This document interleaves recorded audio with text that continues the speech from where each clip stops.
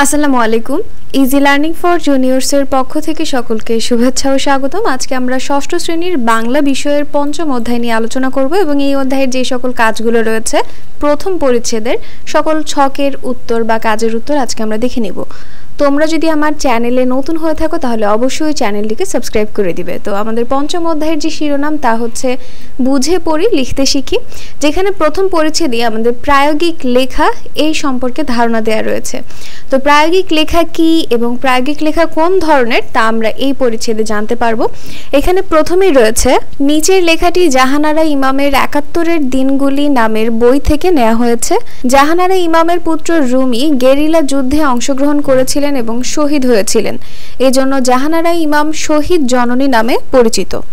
এরপরে ৭১-এর দিনগুলি এই যে রচনাটি রয়েছে তা এখানে তোমরা দেখতেই পাবে এবং এই রচনাটি পড়ার আগে তোমরা অবশ্যই শব্দের অর্থগুলো আগের থেকে পড়ে নিবে।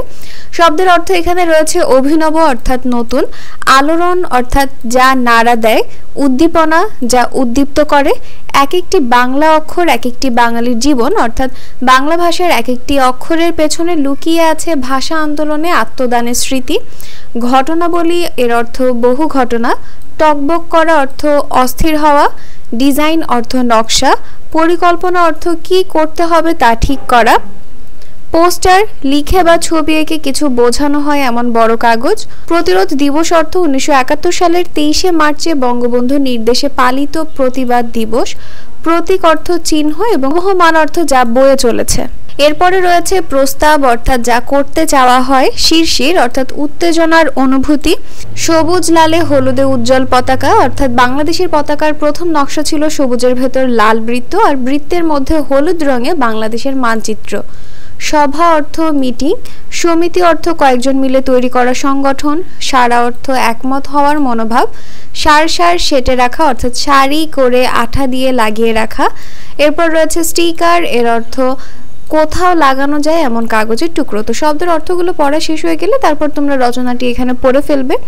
এরপরে তোমাদের রয়েছে পড়ে কি বুঝলাম, অর্থাৎ তোমরা এইখানে যে গল্পটি পড়েছো এইটার উপর ভিত্তি করে তোমাদের কিছু প্রশ্নের উত্তর দিতে হবে, যা হচ্ছে পড়ে কি বুঝলাম হিসেবে এখানে রয়েছে। তো এখানে তোমাদের যে প্রশ্নগুলো রয়েছে চলো আমরা প্রশ্নের উত্তরগুলো দেখে আসি। আমি কিন্তু তোমাদের জন্য রচনাটি আর পড়িনি, কারণ রচনাটি খুবই ইজিলি একটা গল্পের মতন রয়েছে, তোমরা পড়লেই বুঝতে পারবে।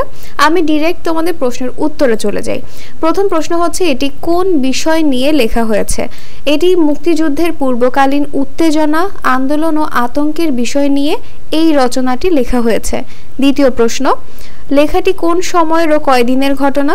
লেখাটি ১৯৭১ সালের মার্চ মাসের মুক্তিযুদ্ধের সময়কার এবং ১৯, ২২ ও ২৩ এই ৩ দিনের ঘটনা। লেখক কি কি কাজের উল্লেখ করেছেন?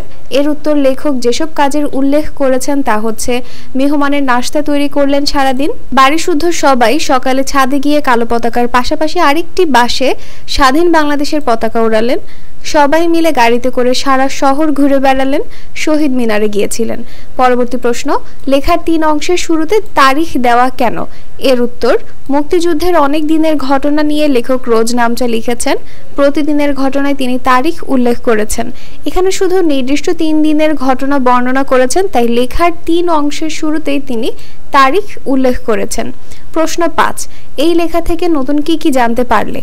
এর উত্তর, এই লেখা থেকে নতুন যেসব বিষয় জানতে পারলাম তা হলো মুক্তিযুদ্ধের প্রাক্কালে সকল শ্রেণী পেশা ও সকল মানুষ কিভাবে আতঙ্কিত ও উত্তেজিত ছিলেন, কিভাবে ছোট্ট বুমি গাড়ির কাছে স্টিকার লাগিয়ে নিজের আবেগ ও সাহস প্রকাশ করেছে, ২৩ মার্চ যে প্রতিরোধ দিবস এবং শাপলা ফুল যে সংগ্রামী বাংলার প্রতীক তাও এখান থেকে জানতে পেরেছি।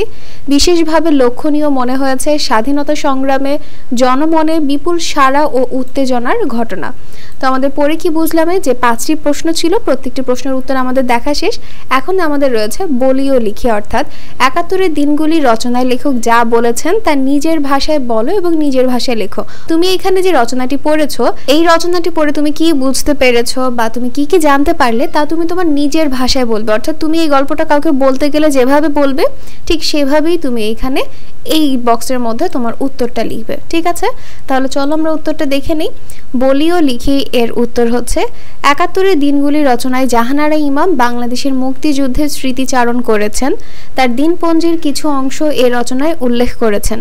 শিল্পী কামরুল হাসান প্রথম বাংলা অক্ষরে ডিজাইন করে স্টিকার তৈরি করেন এবং তার লেখকের পুত্র বোমা গাড়ির পিছনে লাগিয়ে সারা শহর ঘুরে বেড়ায়। শিল্পী কামরুল হাসানের নেতৃত্বে বাংলার পটুয়া সমাজ গঠন করা হয়। এই সংগঠনে শাপলা ফুলকে সংগ্রামী বাংলার প্রতীক হিসেবে গ্রহণ করার প্রস্তাব দেওয়া হয়। লেখিকার বাসায় সারাদিন মেহমান আসতে থাকে। চা নাস্তা খাওয়াতে খাওয়াতে লেখিকা ও বাসার সবাই হয়রান হয়ে পড়ে। দেশব্যাপী সবাই স্বাধীনতার স্বপ্ন দেখে, সবাই খুশিতে টগবগ হয়ে ওঠে, জনমনে বিপুল সাড়া ও উদ্দীপনা।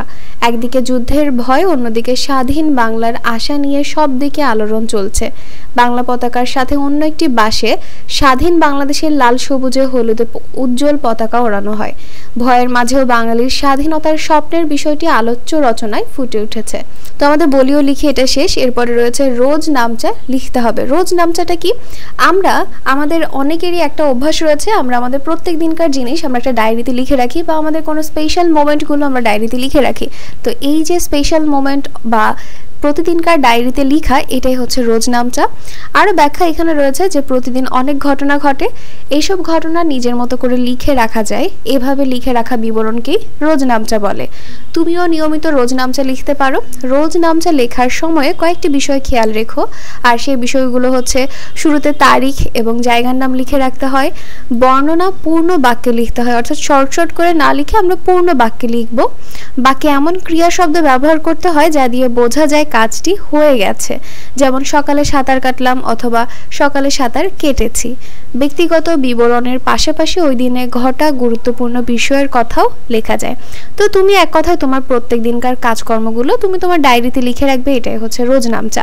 আর মোস্ট ইম্পর্টেন্ট, অনুমতি ছাড়া অন্যের রোজ নামচা পাঠ করা ঠিক নয়, মাথায় রাখবে। হ্যাঁ, এখন আসো আমরা একটা রোজ নামচা লিখি। এখন তুমি 3 বা 4 দিনের ঘটনা রোজ নামচার আকারে লিখে শিক্ষককে দেখাও। আমি তোমার একদিনের একটা রোজ নামচা দেখাচ্ছি, বাকি 3-4 দিনেরটা তুমি তোমার মতন করে সাজিয়ে নিবে, ঠিক আছে? তো প্রথমে আমি এখানে তারিখ দিয়ে দিয়েছি এবং আমার যে বাসা বা আমার বাসার যে অবস্থান সেটা আমরা দিয়ে নিব। এরপরে আসি ব্যাখ্যা। আজ সকালে ঘুম থেকে উঠেই অজু করে প্রথমে নামাজ পড়লাম। আকাশের মন আজ বোধহয় ভালো নেই। সেই রাত থেকে এখন পর্যন্ত বিরামহীন বৃষ্টি ঝরছেই। স্কুলে কিভাবে যাব সে বিষয়ে ভাবনা হচ্ছিল। তারপর সমস্ত ভাবনাকে দূরে সরিয়ে পড়তে বসলাম। বারবার চোখ জানালার দিকে যাচ্ছিল, দেখছিলাম ঝাপসা কাচে বৃষ্টির দাপট। কিছুক্ষণ পড়ার পর মা গরম খিচুড়ি আর ডিম ভাজা নিয়ে হাজির। আমি, বাবা, মা, বোন সাদিয়া একসাথে বসে সকালের খাবার খেলাম। এরই মধ্যে বৃষ্টি কমে এলো। সবাই রোজগার কাজে ব্যস্ত হয়ে পড়ল। বাবা অফিসের জন্য তৈরি হতে লাগলেন, আমিও স্কুলে যাওয়ার জন্য প্রস্তুত হলাম। স্কুলে গেলাম নির্বিঘ্নে। দুপুরবেলা আরও এক দফা বৃষ্টি হওয়াতে আমাদের স্কুলের মাঠে পানি জমে গেল। এজন্য স্কুলে ছুটির পর আর মাঠে খেলা করা গেল না। বাড়ি এসে হালকা খাবার খেয়ে স্কুলের পড়া শেষ করে ঘুমিয়ে পড়লাম। তো এই হচ্ছে আমরা এইভাবে আমাদের প্রতিদিনকার যে রোজ নামচা তা কিন্তু লিখতে পারি। এরকম করে বাকি 2-3 দিনের রোজ নামচা তোমরা লিখে টিচারকে দেখাবে। তো প্রথম পরিচ্ছেদে এই হচ্ছে আমাদের প্রায়োগিকমূলক লেখার একটা উদাহরণ দেখতে পেয়েছি, যেখানে আমরা 71-এর দিনগুলি একটা রচনা দেখলাম, তা নিয়ে কিছু প্রশ্নের উত্তর করলাম, সেটা আমরা নিজেদের ভাষায় বললাম এবং রোজ নামচা লিখলাম, ঠিক আছে? পরবর্তী ভিডিওতে আমি তোমাদের দ্বিতীয় পরিচ্ছেদ যে বিবরণমূলক লেখা রয়েছে এটা নিয়ে আলোচনা করব এবং এখানকার যে কাজগুলো রয়েছে প্রত্যেকটি কাজের উত্তর দেখিয়ে দেওয়ার চেষ্টা করব। তো আজকের ভিডিওটি এই পর্যন্তই। ভিডিও যদি তোমাদের কাছে ভালো লেগে থাকে তাহলে অবশ্যই সাবস্ক্রাইব করে দিবে এবং পাশে থাকা বেল আইকন বাটনটি প্রেস করে দিবে। তো আজকে এই পর্যন্তই। আল্লাহ হাফেজ।